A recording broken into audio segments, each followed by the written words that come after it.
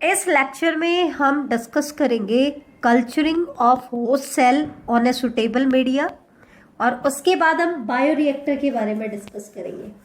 तो बेटा, host cell की कल्चरिंग करनी है, इसका पर्पस क्या है? मान लो हमारे पास ट्रांसफॉर्मेंट होस्ट बन चुका है। हमारे पास क्या आ गया है? ट्रांसफॉर्मेंट होस्ट बन गया है, लेकिन हमने तो एक ही होस्ट सेल बनाई है। अब उस होस्ट सेल से या एक ही ऑर्गेनिज्म बना है, हमें उसकी मल्टीपल कॉपी चाहिए, क्योंकि अगर हमें ह्यूमन वेलफेयर के लिए काम करना है तो सभी मोस्टली ह्यूमंस के लिए हमें वो प्रोडक्ट चाहिएगा, और हमारी पॉपुलेशन बहुत ज़्यादा है तो वो प्रोडक्ट हमें किस में चाहिए? लार्ज क्वांटिटी में चाहिए। अब वो प्रोडक्ट क्योंकि हमें लार्ज क्वांटिटी में चाहिए, तो वो लार्ज क्वांटिटी में कब अवेलेबल होगा? जब हम होस्ट की मल्टीपल कॉपीज बनाएंगे। तो इसके लिए हमें क्या करना पड़ता है? होस्ट की कल्चरिंग करनी पड़ती है एक सुटेबल मीडिया पे। तो वो हम कैसे करें? तो यहाँ पे कुछ वर्ड्स हैं जो हम यूज करेंगे। एक तो एनसीईआरटी वर्ड दे रही है कि रिकॉम्बिनेंट प्रोटीन किसे कहेंगे? Recombinant protein. और दूसरा वर्ड एनसीईआरटी दे रही है हेट्रोलोगस होस्ट। तो ये क्या होता है? तो ये मैं आपको बता दूं। मान लो आपका डिजायर्ड जीन जो है वो कोई प्रोटीन कोडिंग जीन है जो किसी प्रोटीन के लिए कोड करता है। जब आप इस जीन को होस्ट में डालोगे तो ये जो प्रोटीन कोडिंग जीन है ये होस्ट में जाने के बाद अपने आप को एक्सप्रेस करेगा। इसका मतलब इस प्रोटीन की फॉर्मेशन किस में होगी? इस होस्ट में होगी। और इस होस्ट को हम क्या वर्ड यूज कर रहे हैं? Heterologous host. हेट्रोलोगस होस्ट क्या होता है बेटा? एक ऐसा होस्ट जिसमें हम किसी और इंडिविजुअल के जीन को एक्सप्रेस करा रहे हैं। ये जो प्रोटीन कोडिंग जीन है ये इस होस्ट का नहीं था, ये किसी और ऑर्गेनिज्म का था। तो अगर किसी प्रोटीन कोडिंग जीन को हम हेट्रोलोगस होस्ट में एक्सप्रेस कराते हैं और उसकी प्रोडक्शन वहां कराते हैं, मतलब अगर कोई प्रोटीन हेट्रोलोगस होस्ट में बन रहा है तो वो प्रोटीन क्या कहलाएगा? Recombinant protein. क्यों कहलाएगा? क्योंकि वो होस्ट में आया कैसे? वेक्टर उसको लेके आया, और वेक्टर उसको कब एंटर कराएगा? जब रिकॉम्बिनेंट वेक्टर बनेगा। तो ये चीज आपको ध्यान रखनी है। दूसरा, हेट्रोलोगस होस्ट हम किसे कहते हैं? एक ऐसा होस्ट जिसमें हम किसी और इंडिविजुअल के जीन को एक्सप्रेस कराते हैं।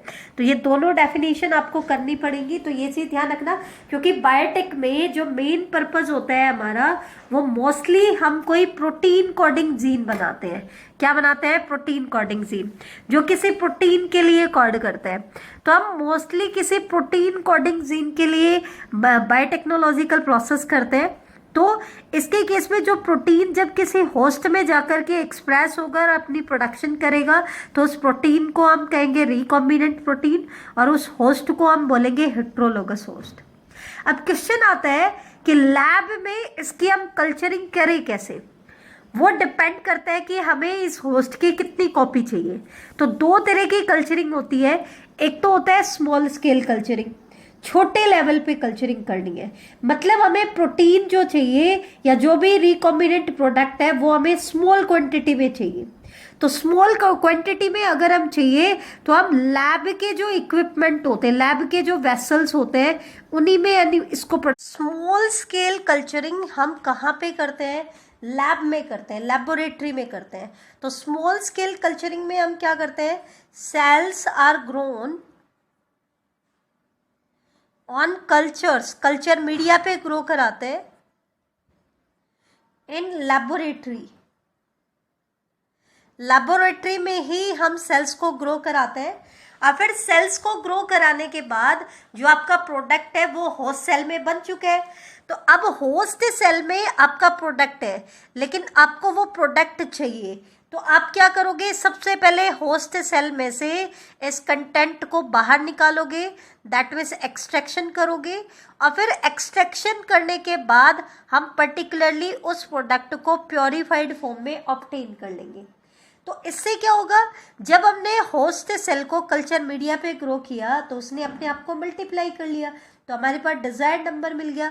इसमें से हमने प्रोडक्ट को बाहर निकाला और फिर प्रोडक्ट को प्योरीफाई कर लिया ताकि हमें प्योर फॉर्म में प्रोडक्ट मिल जाए। लेकिन यहाँ पे क्योंकि प्रोडक्ट स्मॉल क्वांटिटी में प्रोड्यूस होता है, अगर हमें लार्ज क्वांटिटी में प्रोडक्ट चाहिए, कमर्शियल पर्पस के लिए चाहिए, हमें कमर्शियलाइजेशन करना है, तो हम लैब में नहीं कर सकते हैं क्योंकि हमारे पास लैब में इतने बड़े बड़े इक्विपमेंट नहीं होते हैं। तो हमें क्या करना पड़ेगा बेटा, लार्ज स्केल कल्चरिंग करनी पड़ेगी। अब लार्ज स्केल कल्चरिंग तो हम कहाँ कर सकते हैं, इंडस्ट्रीज में। पहले हम बात कर लेते हैं कि लार्ज स्केल कल्चरिंग कितने टाइप की होती है, फिर हम बात करेंगे कि किन वेसल्स में करेंगे, उन वेसल्स को हम क्या कहेंगे। ठीक है, तो लार्ज स्केल कल्चरिंग 2 टाइप की होती है, एक तो होती है कॉन्टिन्यूअस कल्चर, एक होता है बैच कल्चर। अब इन दोनों में क्या डिफरेंस होता है उससे पहले मैं आपको बता देती हूँ कि लार्ज स्केल कल्चरिंग क्या होती है। लार्ज स्केल मेथड में हमें जो प्रोडक्ट चाहिए वो लार्ज क्वांटिटी में चाहिए, that means large biomass is produced. मतलब जो भी प्रोडक्ट हमें चाहिए वो हाई इल्ड में चाहिए होता है, उसकी इल्ड बहुत ज़्यादा हमें चाहिए होती है, तो उसके लिए हमें लार्ज स्केल कल्चरिंग करनी पड़ती है। अब कॉन्टिन्यूअस कल्चर सिस्टम और बैच कल्चर सिस्टम में क्या डिफरेंस होता है बेटा। बैच कल्चर में हम क्या करते हैं, जो वेसल है जिसके अंदर हम कल्चरिंग करेंगे, इसके अंदर हमें क्या करना है, जो भी चीज़ें हमें चाहिए स्टार्टिंग में हम इसमें क्या कर देते हैं बेटा, फिल कर देते हैं। ठीक है, जैसे कि मान लो हमें क्या चाहिए, कल्चर मीडिया चाहिए। क्या चाहिए, कल्चर मीडिया हमें चाहिए। तो कल्चर मीडिया हमने क्या कर दिया, इसके अंदर फिल कर दिया। क्या कर दिया बेटा, फिल कर दिया। ठीक है, कल्चर मीडिया फिल करने के बाद हमें होस्ट को इसमें ग्रो कराना पड़ेगा। तो हमने क्या किया, इसके अंदर होस्ट को डाल दिया। तो होस्ट को डाल दिया तो होस्ट भी हमारा ऐड हो गया। उसके बाद जो भी हमें चीज़ें चाहिए, जो भी हमें सप्लाई करना है, सब कुछ हम स्टार्टिंग में ही इसमें डाल देंगे। कल्चर मीडिया डाल दिया, जो भी रॉ मटेरियल चाहिए, जो भी न्यूट्रिएंट्स चाहिए, जितने भी न्यूट्रिएंट्स चाहिए सब कुछ डाल दिया, और आपका होस्ट भी इसमें डाल दिया। एरेशन करना है, एरेशन कर दिया। प्रॉपर टेम्परेचर रखना है, प्रॉपर टेम्परेचर रख दिया। लेकिन एक बार जब आपने कल्चरिंग स्टार्ट कर दी, तो कल्चरिंग स्टार्ट होने के बाद इस कल्चर मीडिया को हम तब तक नहीं डिस्टर्ब करेंगे जब तक कि हमारा प्रोडक्ट बनकर के तैयार ना हो जाए। और जब हमारा प्रोडक्ट बनकर के तैयार हो जाएगा तो हम इस प्रोडक्ट को बाहर निकाल देंगे, पूरे के पूरे प्रोडक्ट को बाहर निकाल देंगे और फिर से एक स्लॉट, नया स्लॉट बना के डाल देंगे। तो इसमें एक बैच चलता है, जब तक उस बैच का प्रोसेस पूरा नहीं होता है तब तक हम नया कोई भी कंटेंट उसमें ऐड नहीं करते हैं। जबकि कॉन्टिन्यूअस कल्चर सिस्टम में क्या होता है बेटा, हमारे पास कुछ इनलेट पाइप होते हैं। क्या होता है, इनलेट पाइप, और कुछ आउटलेट पाइप भी होता है। हमें क्या करना है, स्टार्टिंग में हमने कल्चर मीडिया डाला, जो भी न्यूट्रिएंट्स चाहिए वो न्यूट्रिएंट डाल दिए, टेम्परेचर जो कांस्टेंट मेंटेन करना है वो हमने मेंटेन कर दिया, पीएच जो रखनी है वो हमने बफर की हेल्प से पीएच को मेंटेन कर दिया।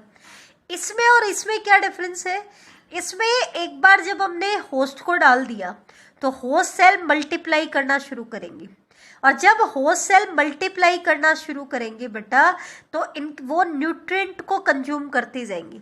तो स्टार्टिंग में तो हमारे पास प्लेंटी अमाउंट में न्यूट्रिएंट था, लेकिन धीरे धीरे क्या होगा, एक तो कंज्यूम करने वालों का नंबर बढ़ गया, होस्ट का नंबर बढ़ गया क्योंकि वो मल्टीप्लाई कर रहे हैं अपने आप को, और दूसरा जो पहले स्टार्टिंग में न्यूट्रिएंट थे वो यूज्ड अप भी होते जा रहे हैं। तो एक स्टेज ऐसी आएगी कि इस कल्चर मीडिया में न्यूट्रिएंट की डेफिशिएंसी हो जाएगी। तो हम नहीं चाहते कि उसमें ऐसे डेफिशिएंसी हो, तो जब जब ज़रूरत पड़ेगी हम बाहर से फ्रेश मीडिया ऐड करते रहेंगे। बाहर से क्या करते रहेंगे, ऐड करते रहेंगे फ्रेश मीडिया, ताकि इसके अंदर जो भी होस्ट ग्रो कर रहे हैं उसको कभी भी न्यूट्रिएंट की डेफिशिएंसी ना हो। मतलब इसमें ऐसा नहीं होता है कि एक बार हमने स्लॉट डाल दिया तो हम बीच में डिस्टर्ब नहीं करते, कुछ भी ऐड नहीं करते या कुछ भी डिलीट नहीं करते। हम इसमें करते हैं, जैसे जैसे ज़रूरत पड़ेगी हम फ्रेश कल्चर मीडिया को इसमें ऐड करते जाएंगे, और साथ के साथ जो प्रोडक्ट तैयार होता जाता है उसको हम दूसरे एंड से निकालते भी जाएंगे। तो कंटिन्यूअस कल्चर सिस्टम ये आपके सिलेबस में दिया है और इस पे क्वेश्चन बनता है, ये इंपॉर्टेंट है। इसमें हम क्या करते हैं, cells are grown in a continuous culture system. इसमें हम क्या करते हैं, fresh medium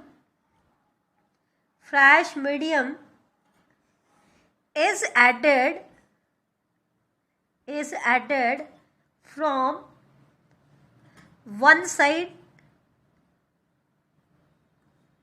and the desired product is extracted from other side, and the desired product is extracted from other side, extracted from other side. अब इससे क्या benefit होगा बेटा, अगर आपने किसी भी ऑर्गेनिज्म की ग्रोथ साइकिल को देखा हो तो हम मोस्टली कहते हैं, जैसे हमने बैक्टीरिया में भी पढ़ा था, सिग्मोइड कर्व होती है। सिग्मोइड कर्व मतलब पहले होता है लैग फेज, जिसमें कोई भी बैक्टीरिया अडेप्ट होता है कल्चर मीडिया के अकॉर्डिंग। फिर होता है लॉग या एक्सपोनेंशियल फेज, जिसमें मैक्सिमम ग्रोथ होती है।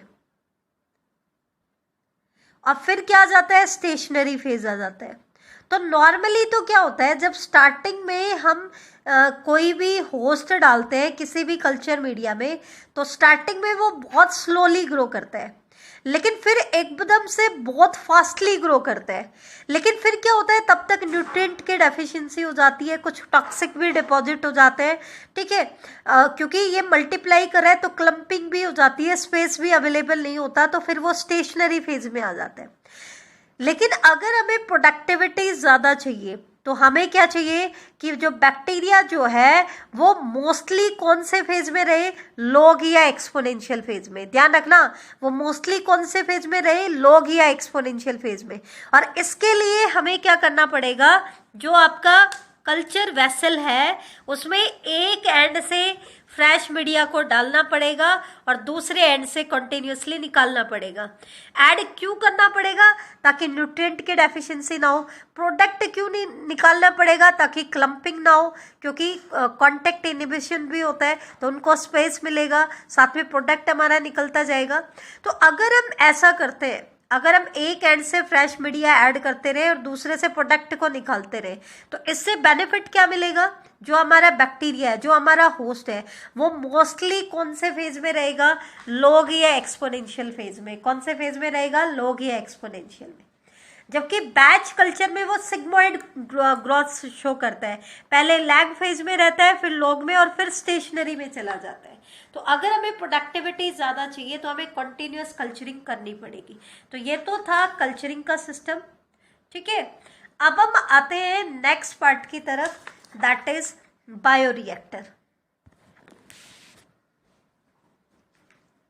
बायोरिएक्टर ये बहुत इंपॉर्टेंट पार्ट है। अब बायोरिएक्टर क्या है, ये चीज देखो आप एक बार।